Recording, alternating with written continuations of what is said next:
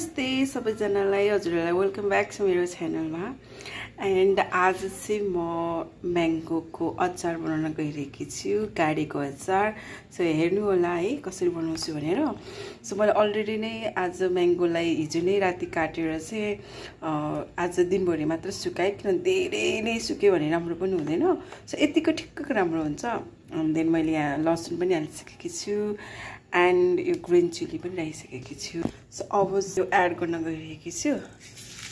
मलाई चाहिँ यो नि कस्तो मनपर्छ कि यसरी एड गरेको नि मनपर्छ कि, त्यही भएर यो चाहिँ मेरो पिकलमा राख्ने मसलाहरू हो, जुन म अहिले अलरेडी नै भुटेर यसलाई ग्राइन्डरमा ग्राइन्ड गरेर पनि रेडी बनाएर राखिसकेको थिएँ।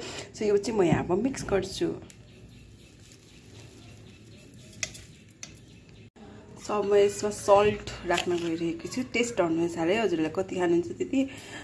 तर यो एकदमै अमिलै हुने भएको भएर चाहिँ पिरो अमिलोहरू हुन्छ नि त। सो अलिक धेरै नै सल्ट राख्यो भने पनि ठिकै हुन्छ क्या, नट टु ब्याड। साथीहरू अब चाहिँ म चाहिँ तेल एड गर्न गइरहेको छु। यो चाहिँ मस्टर्ड ओइल हो, जसलाई चाहिँ मैले अलरेडी नै यसलाई हिट गरेर चाहिँ यसलाई वार्म बनाइसकेको छु। वार्म नै होइन, आई थिङ्क कुल नै भइसकेको छ। सो म यो सबै यहाँ राख्छु है। सो मैले अलरेडी ह्यान्ड वास गरेर आइसकेको छु। सो मलाई ह्यान्डले नै मिक्स गरेपछि म हजुरहरूलाई सो गर्छु है। जस्तो म भेनिगर एड गर्न गएँ। भेनिगर चाहिँ अप्सनल हो, राखिने हुन्छ नराखिने हुन्छ। तर म चाहिँ भेनिगर किन राख्छु भने अलिकति लङ लास्टिङ पनि हुन्छ, चाँडो कुहिँदैन नि त यसले। अनि यसले फ्लेभर पनि राम्रो दिन्छ। I love it.